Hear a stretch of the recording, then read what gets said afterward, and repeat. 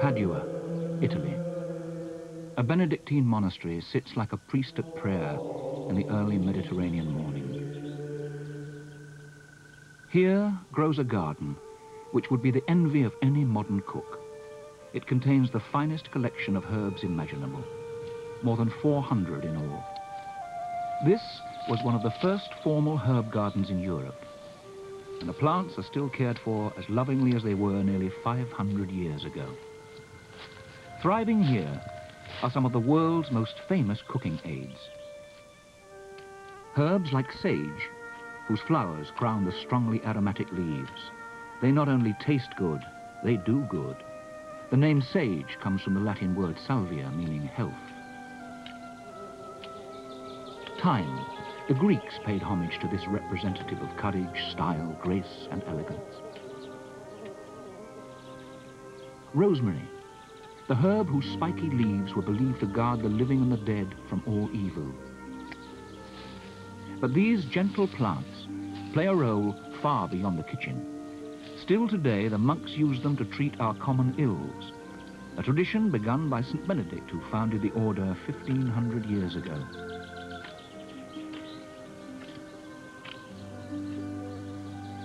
Sweet marjoram, the herb of happiness. The magnificent perfume of the leaves makes a walk through the herb garden one of pure delight. Basil, the odd man out. This fine-flavoured plant travelled across the sea from India to take its place here. And bay. These shiny leaves were the symbol of glory for poets and the heroes of ancient Rome. But what are herbs? The botanist would say a herb is only a herb if its soft stem dies to the ground at the end of the growing season. But to most people, a herb is the leaf of any plant whose smell and taste improves the quality of a meal.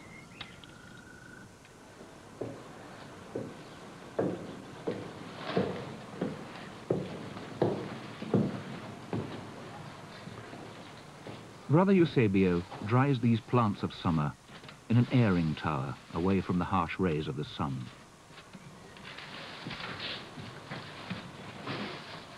In 4 or 5 days they will be ready. He uses a method which has hardly changed since the time of Christ.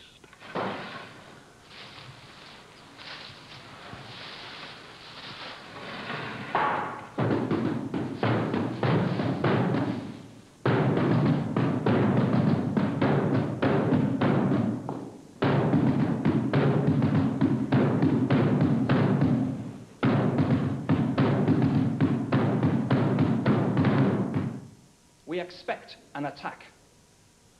The castle will defend us by land. Our defences from sea are weak. You will all work hard. You will pay heed to your masters, so that when the siege comes, as come it will, we will be prepared. You will all kneel. These British children are learning what it is like to live in the 14th century. Deus vivis gratiam, defunctis requiem, regi regii regnoque nostro pacem et concordiam. Amen. Amen. Amen. For 24 hours, they exist without any modern comforts.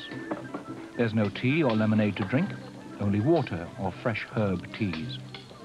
If they want to eat, they'll have to strangle a chicken and cook it using wild herbs.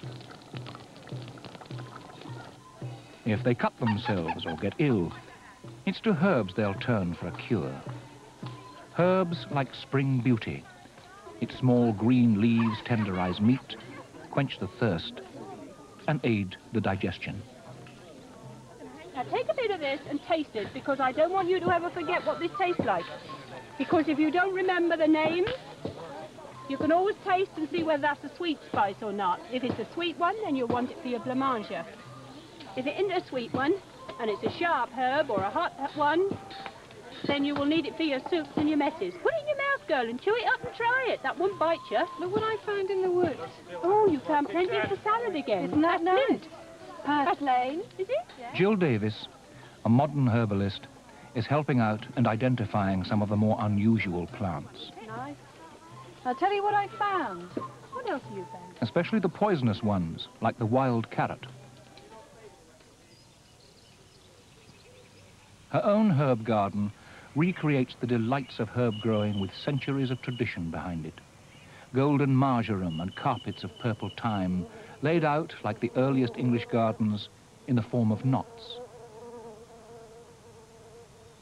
The clippings of all these herbs were strewn on the path to perfume the air, increasing the pleasure of an evening stroll.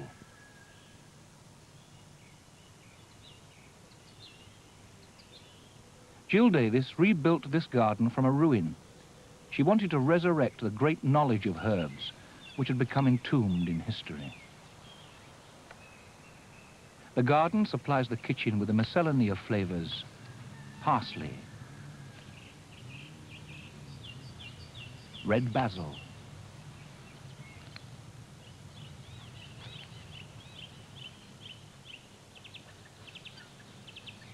young tender sage leaves, and more spring beauty.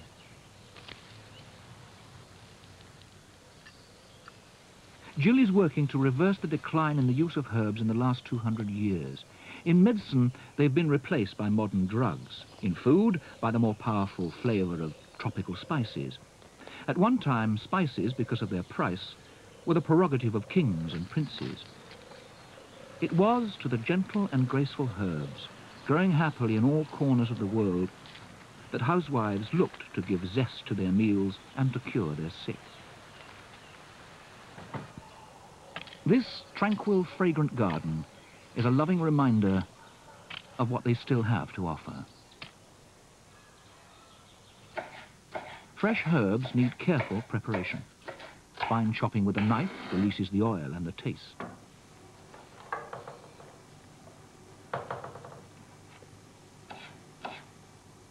Then there's the separating of the flavorful leaves from the bitter stalks.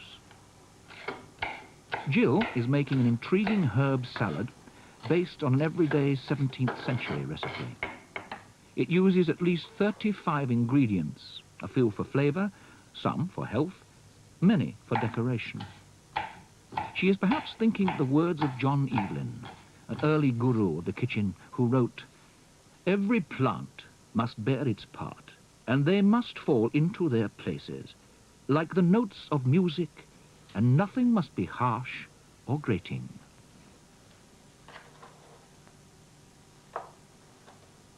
She uses the blue flowers of borage along with the purple of thyme to finish the picture. This is an art which all can enjoy. But you don't always eat them. You can just borrow their flavour. Thyme, sage, bay, 2 kinds of marjoram, and dill. Strong herbs, fresh or dried. Tie them together in a bundle, and you have a faggot, as the English used to call it for centuries, what the French know as a bouquet garni.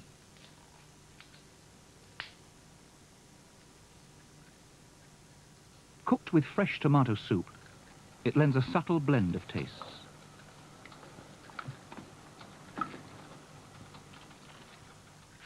Pass your plate over. Ah, thank you. I'll put some on, actually. Fresh herbs are made for summer meals. I always That's like great. it sobbing Thank you into very the much. bread, actually. Do you want some tomato Yeah, at the bottom, actually? tomato. It looks And lovely. some borage. Thank you. That's right. Yeah, well. Thank you very much. Okay. That was absolutely splendid.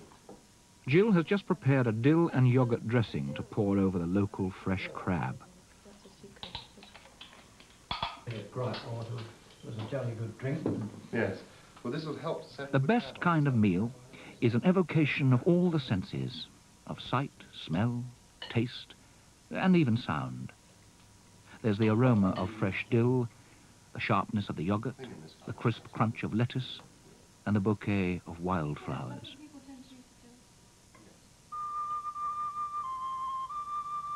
Much of Jill's learning comes from these beautiful treatises on plants, the herbal. Many were written in Latin in medieval times when the church was the source of all learning. However, the oldest herbal in the British Museum is written in the local language. Even in the 9th century, an understanding of herbs was in the realm of the common people. This seemingly pastoral scene is one huge factory. Nature's factory, maybe, but a highly productive one nevertheless. Not many people have access to a Jill Davis garden or to a Mediterranean monastery. But here in Provence, in the south of France, that problem is solved. Here, herb cultivation is on a commercial scale. Crops are raised, harvested, and dried under the summer sun, using methods not far removed from the monks of Padua. Dried, these herbs are specially suited to the stronger flavoured dishes of winter. These sacks of brittle leaves give a taste of summer all through the year. The crinkled woolly leaves of dried sage form the essential flavour for stuffings and sausages, and cut the richness of duck and pork. Dried marjoram. These leaves only keep their flavour for a few months, but perfume a hearty winter pizza. And dried bay. Just one leaf will give a rich character to winter soups and stews. These dried leaves give the world the soul of the Mediterranean.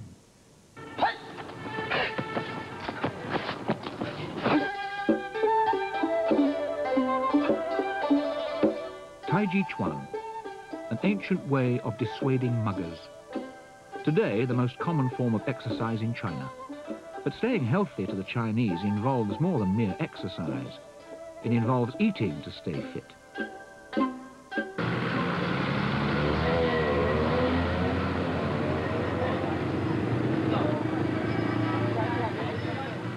This is the Tongreng Tang restaurant in Chengdu, the capital of Sichuan. It's what you might call a health food restaurant with a difference. The old men come here after their exercise. They will tell the man who runs the restaurant not what they want to eat, but how they feel.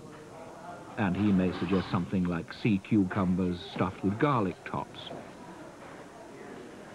The herb, the garlic top, speeds the goodness to the part of the body that needs it. Once it's been boiled, that is.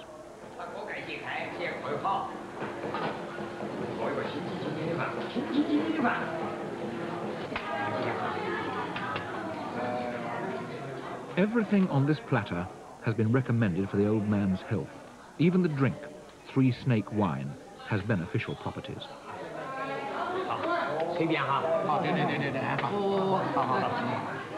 If all this sounds like a bit of medical quackery, consider this.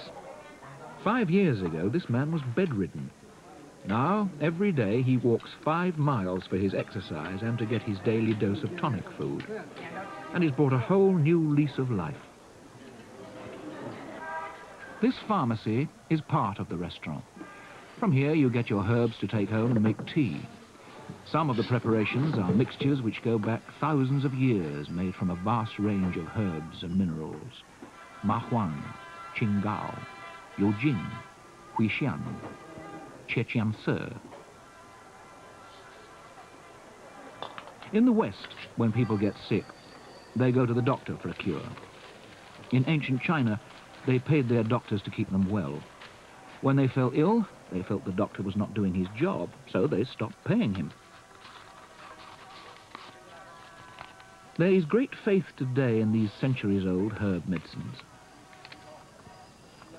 The Chinese have not lost touch with their valuable past.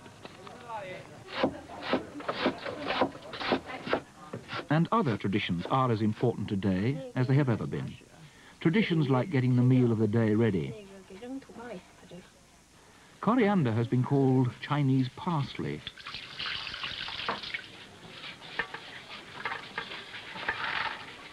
From the outside wash place to the kitchen, to be mixed with raw ground pork. This is the filling for the day's supply of jiaozi, dumplings. The finely chopped leaves form a mixture rich in vitamin C, especially when the cook uses them in such large quantities. This mixture is for dumplings, but if the leaves are left whole, they are good for salads.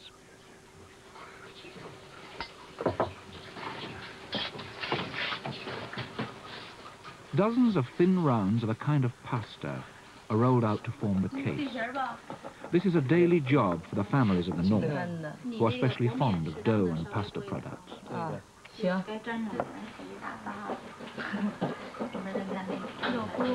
放的油多，香油特别香。 Something similar, perhaps inspired by China, exists in the West. The pasta of the Mediterranean. The Italian city of Bologna, only 60 miles from the herb garden of Padua. It is the home of some of Italy's richest cooking. Bologna is also the home of one of Italy's most famous cooking schools. The dishes learned today will tomorrow grace the tables of restaurants and homes around the world. And responsible for it all is one of Italy's favorite cooks, Marcella Hazan. And you see the beautiful flower, zucchini flower, and the asparagus, and the fava beans that are fresh, the artichokes, peppers, and here we have the herbs. All the herbs that they are, I'm going to show it to you. This is basil. And in the class we are going to use this basil. This, as you see, is not very tall like in other countries. It's shorter. And the leaves are, oh, smell it. Beautiful, no? We're going to make a sauce for pasta with this. And you can have a basil with a tomato, fresh tomato with mozzarella, or you can have it in some pizza, white pizza with mozzarella. This is bay leaf, fresh bay leaf, and if you cut the leaf, you can smell it. Smell. We cook with this, you know, many things, also pear. We're going to do some poached pear with basil. That is very good. And wine. And we have rosemary. Look how beautiful it is, a big bunch of rosemary. Oh, my. Oh. If you smell rosemary, you smell a meat roast, which is very good. We are going to do with this some meat roast with rosemary. Yes, take a picture of this. This is beautiful. You have a picture of me with the rosemary. It's nice. Okay, now let's go to see the other part of the market because it's very interesting. Come on with me. Herbs have always been essential to Italian cooking, the father of fine European food. A veal casserole changes its complexion depending on the herb that accompanies it. Italians understand how to draw the best from ingredients. The sautéing of parsley in butter releases its aromatic flavor. Today, Marcella is going to make tortelloni. It is a dish of stuffed pasta with a fresh herb sauce, a special delight for the cooks and chefs who are studying here. Start off with eggs and ricotta, a fresh, moist, unsalted cheese. Parmesan cheese. And chopped parsley. These ingredients bring out the lively flavor of the herb. I think I can put a little more parsley.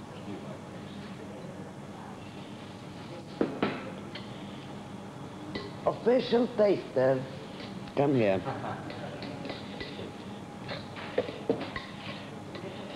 Dimmi quanto sale manca. Her son, with the sensitive palate.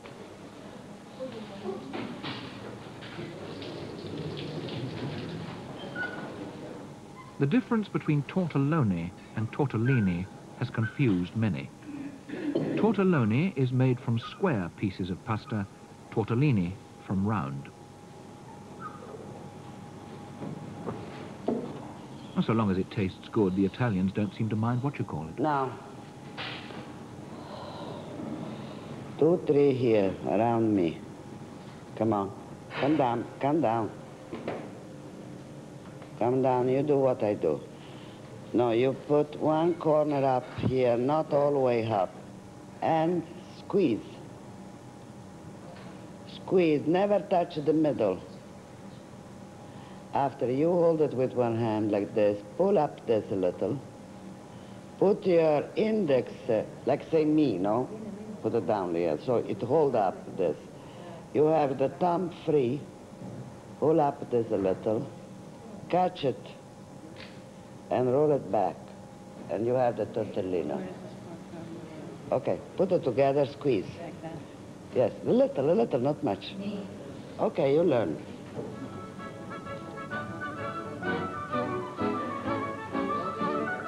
To celebrate this kind of pasta, a Bolognese writer wrote a play called The Inventor of Tortellini. In a dream, the hero, a cook, sees his employer's wife sleeping in the nude. He falls in love. But what to do? To confess his love is to lose his job, maybe even his head.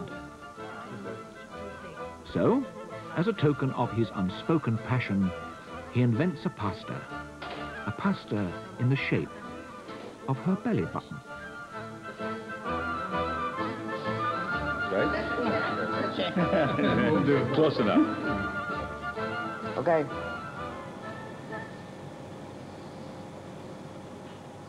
And that is why you put the pasta in the cloth. All at once. All at once. Mix.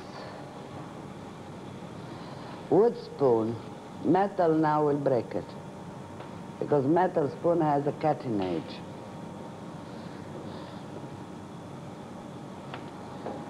And in a little while you will see all your tortelloni floating here. They come up. They start to say, I'm ready.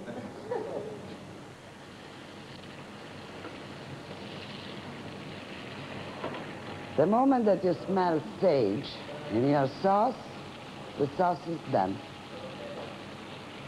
Because sometimes if you wait too long, the sauce will become bitter. Now when you see the butter getting a little color, the sauce is ready, and take it out from the fire. That is done. Don't tell me that it takes too long to make a sauce.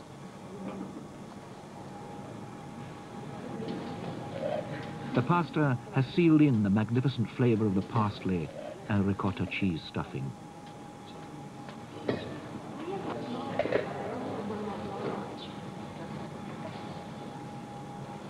This is like the fried sage that I was telling you.